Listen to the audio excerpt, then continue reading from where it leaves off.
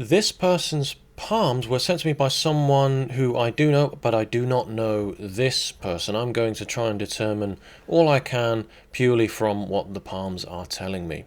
Now, first things first, first thing I want to point out is the left palm here is vastly different to the right palm. Remember, the left hand is what's internal. The heart line, the head line, and the lifeline all appear to be connected by this line right here. So I'm going to explain what this connecting line means. Also, there's a girdle of Venus on the left hand, and we just don't see these same things on the right hand. There's no girdle of Venus, and there's no connecting line that connects all of the three major palmar lines. Looking a bit closer, there are squares on the inside of the lifeline. There we go, look at that. The headline on the left hand appears to disappear partially. We don't see that same thing on the right hand. What does it all mean? Well, I'm going to break it down for you. But first of all, I want to get into who this person is by the shape of their hands and fingers. The shape of the palm is just about on the rectangular side, but it's very sort of squarish. The palms are presented with fingers so splayed out, I've had to do this reading over 2 pages. And the deepest lines on this person's palms are the three major palmar line, the lifeline, the headline, and the heartline. Past hurts are certainly deeply ingrained into this person's psyche. The headline takes a creative plunge right into Luna. All the fingers are rounded except for a slightly conic Jupiter. And this tells us, with all these things combined, this person is an air hand with some fiery qualities. This person is witty, curious, sociable, charismatic. There's a large and well-developed amount of Venus. They are constantly searching for information. They're questioning. They are versatile, analytical, especially with these very knotty fingers here of the second knots. Now the fingerprint patterns, as with a lot of air hands, they are very sort of mixed. We've got lots of loops on the left, very versatile, flexible, adaptable, fluid in their ability to respond. There is a bird's eye loop, or otherwise known as a peacock's eye loop, kind of a rare fingerprint pattern on Apollo on the right hand. And this is said to provide a person with the kind of luck required to escape life-threatening danger. There's, I think, a whirl on Jupiter, and that doesn't surprise me. That's kind of typical of an air hand, and it shows a non-conformist, highly individual, intense kind of single-mindedness, stubborn, essentially. At least I think it's a whirl. It's not very clear, so I mean, don't take my word for what I've just said there. Air hands are often excellent communicators, and they're constantly in search for information, and they like debate, concepts, ideas. They're constantly moving in terms of their ideas and learning and processing that information and changing and challenging their own points of view. And being an excellent communicator, this is represented by the length of the first phalanx of Mercury, Mercury being the finger of communication and expression. And this really shows exceptional verbal communicative abilities. It does appear on the left hand, Mercury appears to be a little bit lower set than on the right.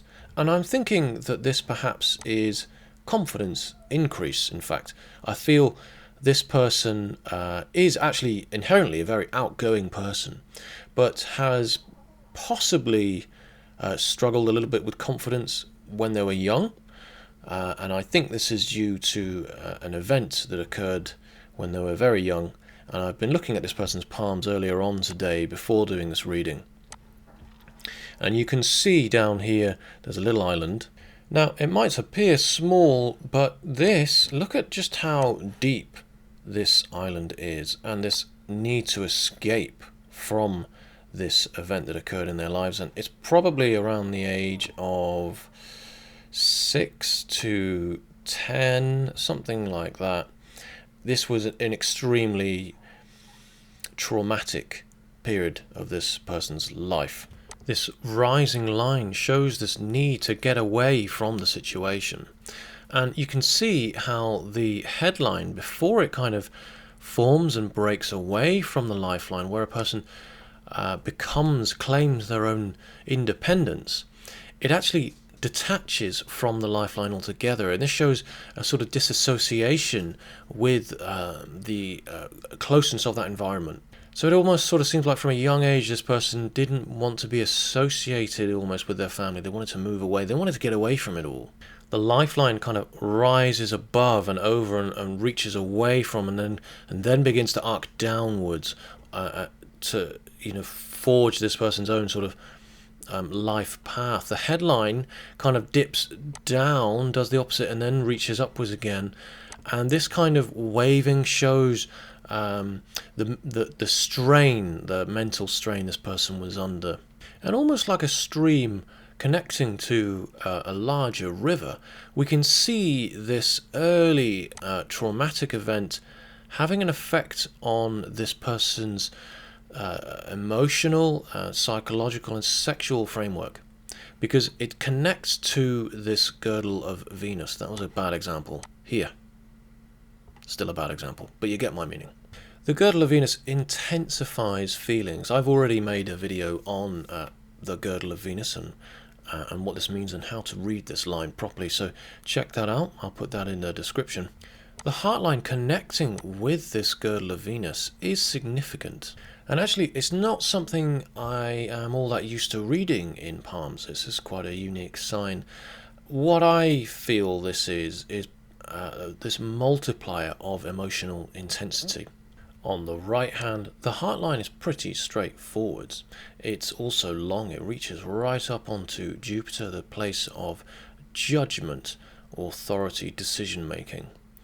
And also, overall, the Mercury finger is pretty straight. It's also pretty straightforward. Their truth, their message is also pretty straightforward. And we also see some loyalty lines here as well. So all in all, I feel like this person is a pretty honest person, and probably brutally so in certain circumstances. Now, why is that relevant? Because the heart line here actually divides and forks and crashes down through the headline, through the lifeline, into inner Mars, the place of motivation, drive, aggression. It's the place of action. And when we need to do the right thing, we kind of call on this area. And the reason why it's significant here is because this person feels very strongly, very intensely, and in some sense, all roads lead to Rome. It all comes back to this. And Beryl Hutchinson, the legendary, totally understated palmist, she volunteered in World War I and II, and she only ever wrote one book, unfortunately. She said that when a heart line, a headline, and a lifeline, the three major palmar lines, are all connected, then it shows a person is in shock, and sometimes it's a delayed reaction. Sometimes a person has suffered a traumatic event, and it can be 10, 15, 20, it can be a lifetime ago or longer, and they have yet to deal with it, yet to process it. They've perhaps not had the tools to access, to deal with what they've been through. Perhaps they just haven't been in the right frame of mind. They've not had the ingredients necessary to process that information. Air hands are great processors of information, but they're slow to do it. They will get there in the end, but they need to think things through, methodically analyze, pull all the details apart. And so particularly with air hands who suffer with traumas in childhood, it can be difficult to extremely, I mean, when you're a child, you don't have the tools to process things anyway, so this is completely understandable anyway, but more so with this person. So I feel this being an honest person, I feel as though they're identifying, I think they know now, because this is the left hand, what their, how the events in the early life has had an effect on them. It's not, it's nature versus nurture, that old question. But if there are any secrets close to home, these need to come out. They will come out. Perhaps they already have. And it does look as though, this Mars line here, sometimes referred to as a guardian angel line, when we require assistance, when we need to fight our battles, repair our bones, when we need some assistance, this is the line that helps us. And it looks as though there was something almost ill-formed about that help, as we can see an island inside that Mars line. Islands are obstructions. So essentially, people close to home were supposed to have helped, but in fact, perhaps caused an issue there. Now, one of the first things I noticed when I briefly glanced at this person's palms were the squares on the inside of the lifeline. Now, the right hand shows us what's material, practical, physical. And when we see squares connected to the lifeline on the inside of the lifeline, on the left hand, we show the very real sort of threat of that possibility. But when we see it on the right hand, we see that actually kind of materialize. If we saw the square kind of close to the inside of the lifeline, but not actually touching it on the right hand, then that would mean perhaps that the threat of isolation from society had been avoided, such as prison or hospital. Because that's what this means, the square on the inside of the lifeline here. And I've created videos on this as well, the meaning of squares in palmistry. They're always protective. And on the lifeline, on the inside of the lifeline, it either, generally speaking, means hospital or imprisonment. And initially, when I looked at this person's palm, I could see the fate line just being so faint. And that, in contrast, in conjunction with the square here, I initially thought, well, perhaps this person has served time in prison. But the correct way to properly interpret squares on the inside of the lifeline is isolation from society. Sometimes people who have been held captive in their own homes would have this. Now, the one thing I do know about this person, which was revealed to me, was that this person has been inside some sort of psychiatric institution for a time. And this makes perfect sense here. And also, this makes perfect sense as well, this kind of fading of the headline at this time. So perhaps this line here that comes sort of crashing down from the heart line, crossing the headline and into inner Mars, it shows this sort of disappointment, this emotional hurt at this action from close to home. Perhaps this was family involvement in isolation, in this admittance to potentially something like a psychiatric ward. And from this time we can see the headline, it almost thins to nothing. Before this time, this person's thoughts are strong, deep, ingrained, impactful. And then after this time, they thin out into almost nothing for a period of, 10 years at least. Medication certainly could have had this effect, this lacking of ability to think in the same way, but also a lack of stimulation, which clearly this person needs. In any case, the strength of this person's mental faculties certainly weakened at this time. And I'm going to say about the age of 22, this is where it really began. Maybe 21, 28 or so. On the right hand, we can see this effort line, this an improvement line, this wish to driving force to get out of their situation again. We see that at around about the age of 28 or so. And from that time, we can see a Mars line that runs alongside the lifeline. And so it's sort of showing this assistance alongside this isolation from society, assistance around their environment.